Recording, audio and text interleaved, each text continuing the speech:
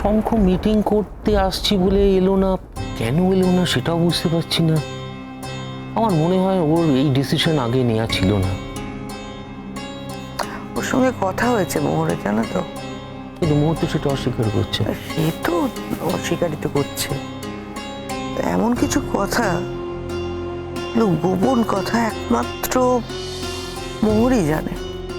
না, তাহলে এসিপি স্যারকে সেটা বলতে হবে, মানে উনি তো তদন্তটা করছেন। তাহলে বলতে হবে সেদিনকে সকালবেলার কল লিস্টে চেক করতে হবে।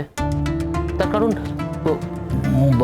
শঙ্খ আমাদের বলবে আসছি, দেখা করতে আসছি বলে আসবে না, আমাদের বসিয়ে রাখবে, তারপর তার পাত্তাও পাওয়া যাবে না। এতটা ইরেসপন্সিবল শঙ্খ নয়। কিন্তু শোন, আমি মানছি মোহরের কথায় ওর খারাপ লেগেছে, ওর কষ্ট পেয়েছে, ওর আঘাত লেগেছে, সব ঠিক আছে। হয়তো ও শহর ছেড়েই চলে, জানি না। কিন্তু আমাদের একবার বলবে না, কেউ নই আমরা ওর। না, আমি তো কেউ নই, ছেড়ে দাও। তোমাকে তো যথেষ্ট ভালোবাসে আদি। এটা তুমি কি বলছো অদিতি? ও শুধু আমাকে ভালোবাসে, ও তোমাকেও ভালোবাসে। তুমি তো জানো সব কথা মুখ ফুটে বলতে পারে না। অবশ্য এটাও ঠিক যে এটা কি ধরনের ভালোবাসা যে এতগুলো লোককে টেনশনে এতদিন ধরে রেখে দিয়েছে। ওই এসিপি তো চেষ্টা করেই যাচ্ছে, সত্যি করেই। আজ একটা সত্যি করে কথা বলো তো, সত্যি কথা বলো। আমার ছেলেটা ভয়ঙ্কর ডিপ্রেশনে গিয়ে কিছু করে ফেলেনি তো? আজ একটা সত্যি করে কথা বলো তো, সত্যি কথা বলো। আমার ছেলেটা ভয়ঙ্কর ডিপ্রেশনে গিয়ে কিছু করে ফেলেনি তো? যদি সত্যি আমার ছেলে এরকম কোনো একটা সাংঘাতিক কিছু করে থাকে, তাহলে ওকে আমি কোনো দিন ক্ষমা করতে পারবো না। ওই মেয়েটার জন্য যদি আমার ছেলে নিজের জীবনটা শেষ করে দেয়, তাহলে বুঝবো এতদিন শঙ্খ সম্বন্ধে আমার যা ধারণা ছিল সেগুলো সব ভুল।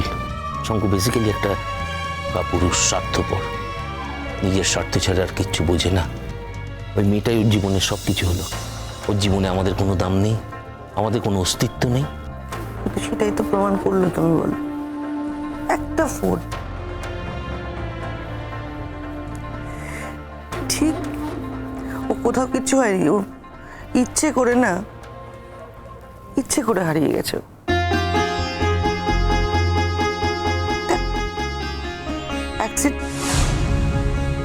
সেটা হলেও তো একটা ফোন পেতাম, বলো। এটা ইচ্ছে করে হারিয়ে যাওয়া না, তার কি হতে পারে? আমাদের জীবনে যে এরকম চরম দুর্ভোগ নিয়ে আসবে সেটা কখনো ভাবতেও পারিনি। মোহর, আমি বুঝতে পারছি না, জানো, যতই চেষ্টা ওকে ইনস্টিগেট করুক না কেন, আমার ছেলেকে বেশি মূল্যায়ন না করে ও চেষ্টাকে বেশি দাম দেবে, মানে বুঝতে পারছি না। চেষ্টা কি বলছে সেটাও তো আমরা জানি না। সে তো সবকিছুই অস্বীকার করছে আদি। কার কাছে নাকি ও প্রতিশ্রুতিবদ্ধ, এই যে যার কাছে ও প্রতিশ্রুতিবদ্ধ, এই কেউটা কে? সবসময় বলছে না আমি একজনের কাছে প্রতিশ্রুতিবদ্ধ, সে কে? চেষ্টা। আচ্ছা, প্রথম থেকে বলে দিলেই পারতো, এতটা লড়াই না করলেই পারতো।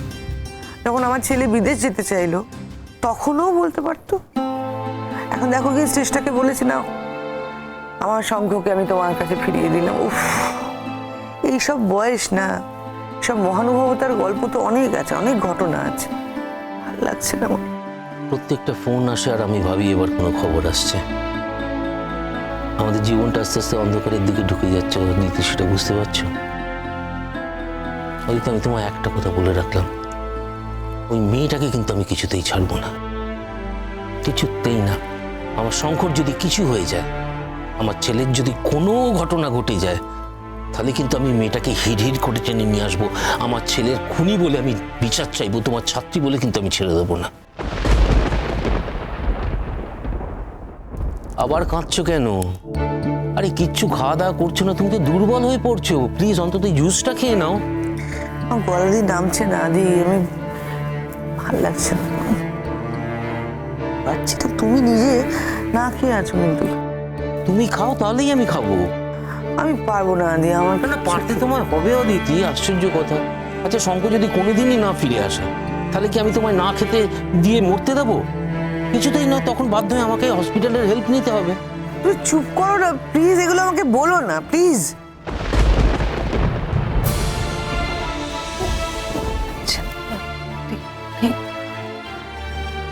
চেহারা লাগছে আমার একেবারে।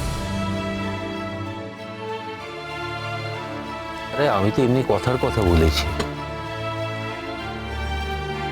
দেখো আমরা তো একটা আশঙ্কা করছি যে ভয়ঙ্কর কিছু একটা ঘটে গেছে। আশা আর আশঙ্কা দুটোই আমাদের মনের মধ্যে চলছে। আমরা এটাও জানি না যে আমাদের অপেক্ষার ফল আমরা কি পাবো। যতক্ষণ বেঁচে আছি ততক্ষণই আসতো, তাই না দিদি? শুধু এইটুকু আশা নেই, তুই ভরসায় বেঁচে আছে। কিন্তু আদি, শঙ্খ যদি আসতে অনেক দেরি করে ফেলে, ততদিনে আমরা তো নাও থাকতে পারি, বলো। তখন ওর ফিরে আসাটাকে কিন্তু সেলিব্রেট করতে পারবো না। আদিও ফিরে আসবে তো? ফিরে তো ওকে আসতে হবেই, তার কারণ আমাদের ভালোবাসা ওই মেয়েটার থেকে কিছু কম নয়। দিদি ফোন করেছিল, ও নাকি মন্দিরে পুজো দিতে গেছে। মোহন প্লিজ আমার সামনেই নাটকগুলো করতে বারণ করো। এই নাটকবাজি আমার ভালো লাগে না। ফোনটা যদি আমি ধরতাম, ওর দিদিকে দু চার কথা আমি শুনিয়ে দিতাম।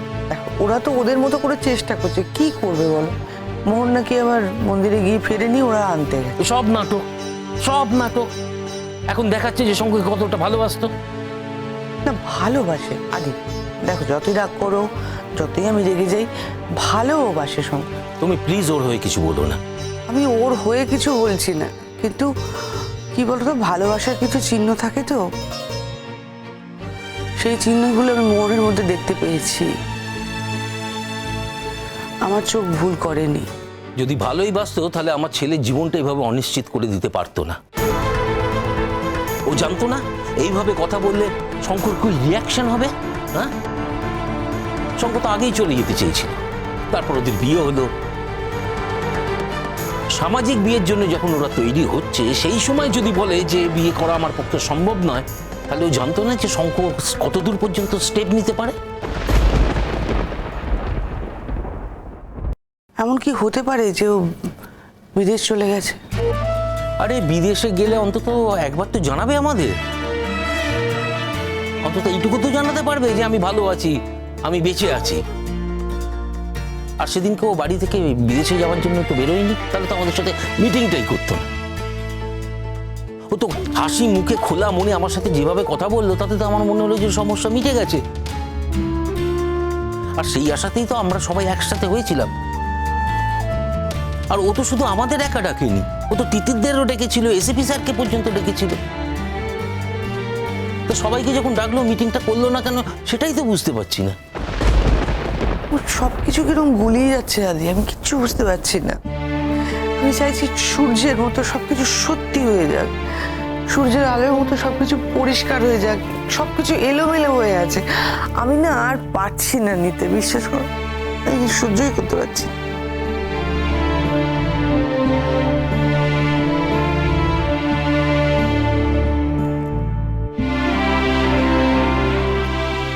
দেখো সবকিছুর তো শেষ আছে, এটারও নিশ্চয়ই শেষ কিছু একটা হবে। এসিপি সাহেব তো বলেছেন যে কাল পরশুর মধ্যে কিছু না কিছু খবর নিয়ে আসবেন। আর তুমি যে বলছো না শঙ্কর বিদেশ চলে গেছে, সেটা কিন্তু ভুল।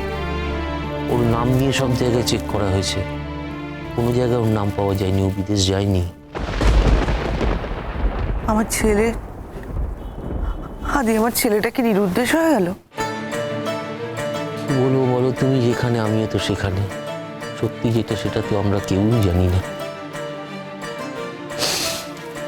যাক, চো না, অন্তত জুসটুকু খেয়ে নাও প্লিজ।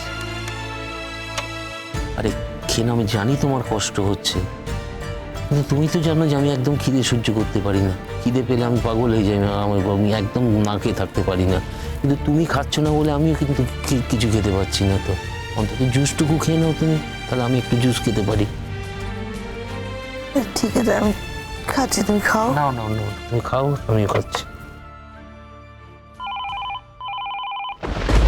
এখন এসিপি ভদ্রলোক বসে কিনা না অন্য কেউ জানি না। নাও দেখছি। ফোন লিস্টে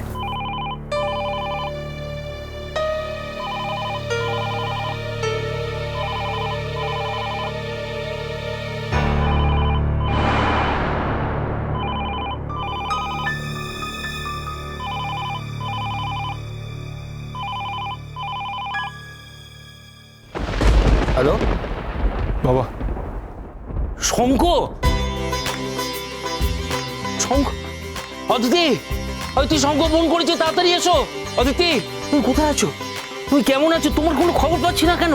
হ্যাঁ, শঙ্খ, তুমি কোথায় কোথায় আছো বলো আমাকে। তুমি এটা কি করলে ও? তুমি আমি এখানে আছি বলে তোমার বাবাকে কষ্ট দিলে। বাবা কেন, তুমি প্রত্যেকটা মানুষকে কষ্ট দিয়েছো বাবু। এটাই যদি কারণ হয় আমি এক্ষুনি চলে যাচ্ছি এখান থেকে, ঠিক আছে?